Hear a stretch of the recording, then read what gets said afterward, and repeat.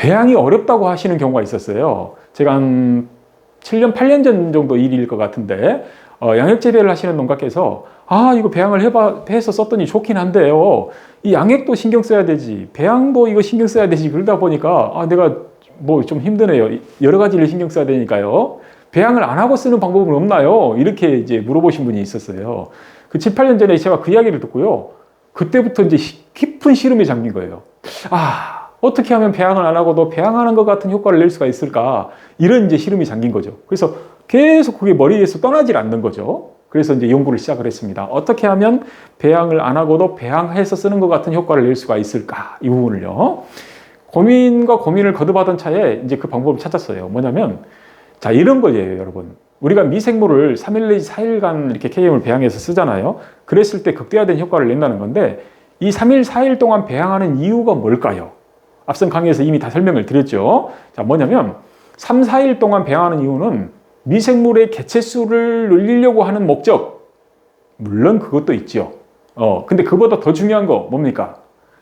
그 기간 동안에 대사물질을 많이 얻어내려고 하는 목적이 더 중요한 거죠. 그러니까 우리가 3일 내지 4일 동안 자가 배양을 해서 쓴다는 것은 대사물질을 많이 얻어내서 쓰는 거예요. 다시 말해서 대사물질의 역할이 훨씬 중요하거든요.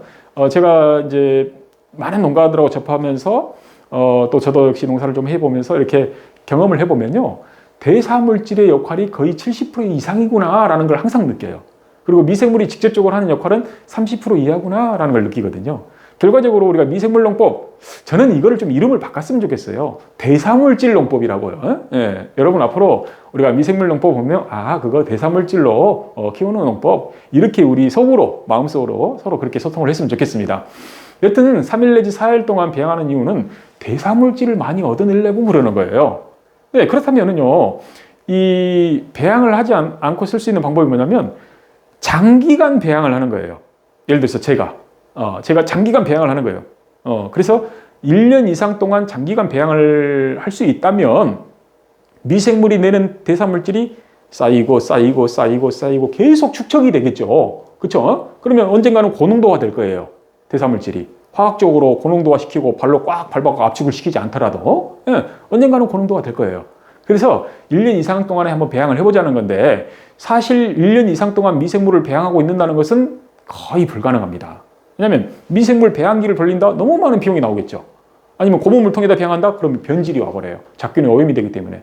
4, 5일만 지나도 바로 상태가 안 좋아지잖아요. 그래서 그거는 사실상 불가능합니다. 근데 그 연구와 많은 그 노하우 이런 게 있어야 돼요. 그런 노하우와 연구 끝에 C2C 배양 방법이라는 새로운 어떤 배양 방법을 개발을 했어요. 그래서 이 미생물을 1년 이상 동안 장기간 배양하는 방법을 이제 완성을 시켰던 건데, 그러한 방법으로 배양을 1년 이상을 해요.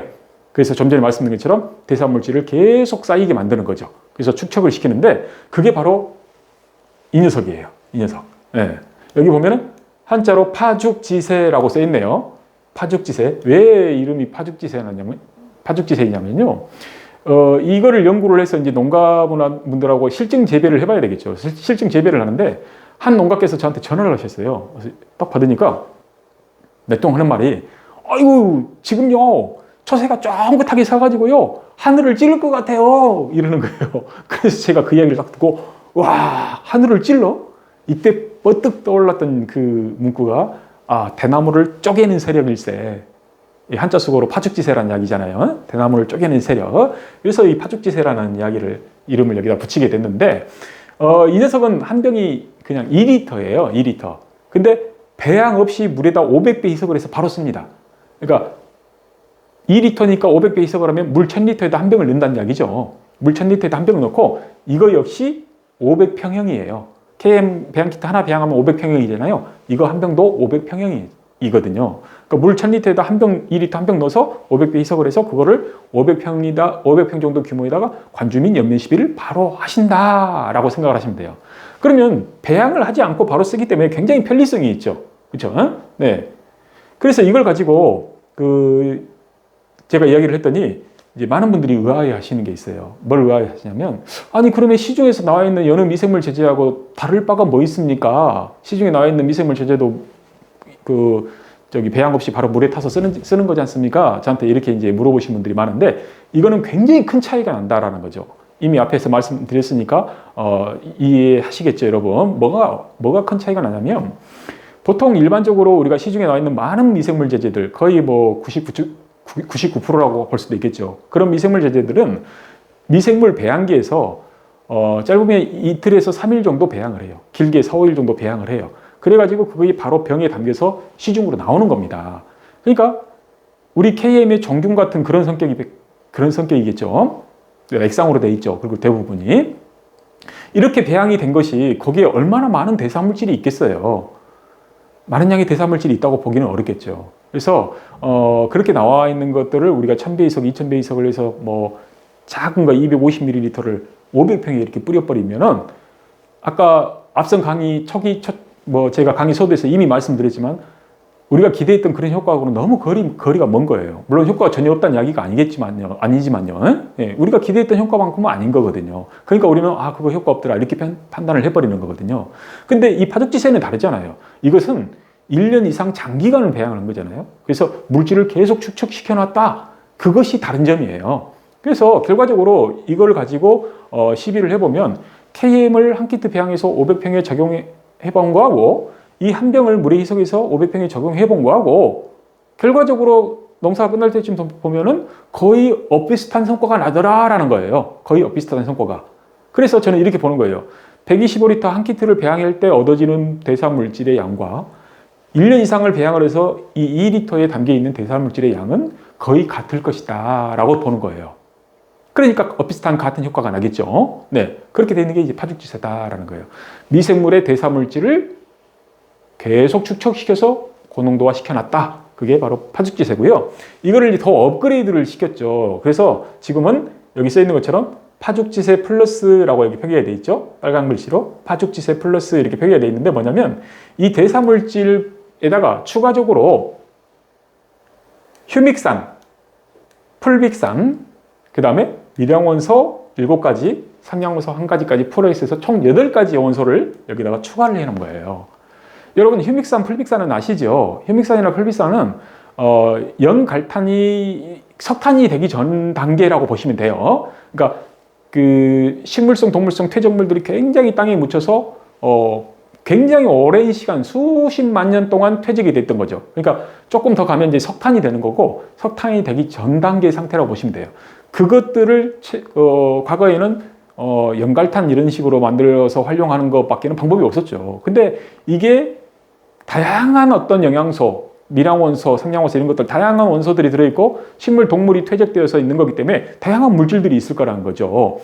그것들을 발굴을 해서 작물에 써봤더니 좋은 효과가 나더라 라고 해서 농업용으로 개발이 된 거예요. 그게 바로 휴믹산, 풀빅산인데 이것들은 이제 굉장히 그 양분의 흡수율을 좋게 만들고요. 그 다음에 뿌리 쪽으로 흡수되는 이 흡수율이 굉장히 좋아요. 다른 양분을 붙잡아서 흡수하게 하는 어떤 이 능력, 그 다음에 그 자체가 뿌리 쪽으로 흡수되는 능력, 이것들이 탁월하다는 거죠. 그러니까 다른 양분과 같이 썼을 때 정말 탁월한 어떤 효과를 내고 있습니다. 그래서 최근에 농업 방향에서 이것을 활용해서 농사 짓는 그 비율이 좀씩 늘어나고 있어요. 그게 바로 휴믹산, 풀빅산인데 자세한 것은 제가 언제 또 휴믹산, 풀빅산에 대해서 따로 강의를 한번 마련을 해보도록 하겠습니다. 오늘은 그 강의가 아니니까 여기까지만 좀 말씀을 드리고요. 그래서 그러한 성과를 KM의 대사물질과 믹서를 시킨다고 하면은 이 물질의 흡수율이 더 좋아지지 않겠나. 그리고 여러 가지 거기 물질들이 함유가 되어 있기 때문에 뿌리 쪽으로 흡수가 됐을 때 더 탁월한 효과를 내지 않겠나라는 게 이제 제 판단이었어요. 그래서 여기다가 휴믹산, 풀빅산, 그리고 혹여나 부족할 수도 있는 미량원소, 그 다음에 상량원소 이런 것들을 총 8가지를 또 추가를 해놨죠. 그래가지고 그걸 또 한 번 더 다시 숙성을 시킨 거예요. 그래가지고 파죽지세 플러스라는 이름으로 지금 이렇게 나와 있는데 이거를 쓰신 농가들이 다 만족을 하고 계세요. 다들. 예. 특히 이제 아까 좀 전에 강의에서 제가 월동작물 마늘의 사례를 말씀드린 적이 있죠.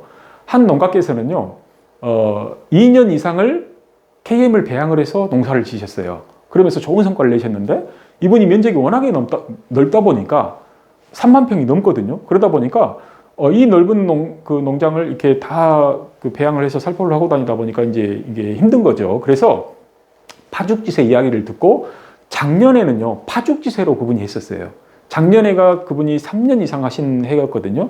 작년에 파죽지세로 했는데, 물론 올해 그 마늘 농사 다시 또 파죽지세를 하고 계십니다. 근데 작년에 파죽지세를 할 때 이런 상황이 됐었어요. 뭐냐면, 마늘 작황들이 아까 말씀드린 것처럼 그 기후 조건이 안 좋고 그래가지고 작황들이 대부분 떨어졌었거든요. 근데 이분은 자기 지역에서 최고의 성과를 냈어요. 그리고 평당, 관행 대비 평당 1kg 이상을 더 수확을 했습니다. 그러면 이게 평당 1kg라는 게요, 뭐 100평 농사 지어요 그러면 100kg. 그러니까 큰 건 아니죠. 100kg. 그것도 크긴 크네요. 100kg도. 근데 이게요, 100평이 아니잖아요. 1000평도 아니잖아요. 그분이 3만 평 이상을 하거든요. 마늘 농사만. 그러니까 평당 1kg라는 그 차이는요, 어마어마한 차이인 거예요. 그리고 마늘이 굵고 단단해요. 버려지는 거 거의 없어요. 그러다 보니까 이분이 굉장히 고무대에 있었죠. 고무대에서 저하고 인터뷰를 했었고, 그 인터뷰 사례를 이제 여러분께도 이렇게 보내드리도록 그렇게 하겠습니다. 그거 한번 참고해서 보시기 바랍니다. 그래서 굉장히 좋은 성공의 사례를 냈었다라는 건데, 그 마늘만 그러겠습니까? 그게.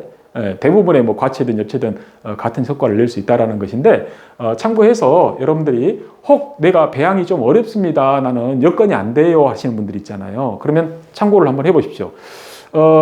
장단점은 있어요. KM을 배양해서 사용을 하시게 되면요, 일단 장점이 뭐냐면 비용이 저렴해요. 비용이. 그리고 내 작물에 맞는 맞춤형 배양을 할 수 있다는 굉장히 큰 특징이 있잖아요. 앞선 강의에서 이미 공부하셨듯이 그런 장점이 있다는 거죠. 네. 근데 KM 배양을 한다는 것은 내가 배양을 해야 된다. 그리고 배양을 해서 3일간 배양을 해서 끝나야 쓴다라는 그런 게 있잖아요. 번거로움이. 통도 씻어야 되고. 네. 근데 파죽지세는요, 배양하는 번거로움이 없잖아요. 그러니까 내가 원할 때 언제든지 쓸 수 있다라고 하는 장점이 생겨요. 뭐 비 오는 거 걱정 없죠. 비 그치면 뿌리면 되니까. 언제든지 쓸 수 있다는 장점. 대신 이제 뭐 비용적으로는 조금 다소 차이는 있어요. 큰 차이는 아니고요. 다소 차이는 있어요. 왜냐하면 1년 이상의 시간 동안에 이게 60회 이상의 어떤 공정이 필요해요. 제조하는데.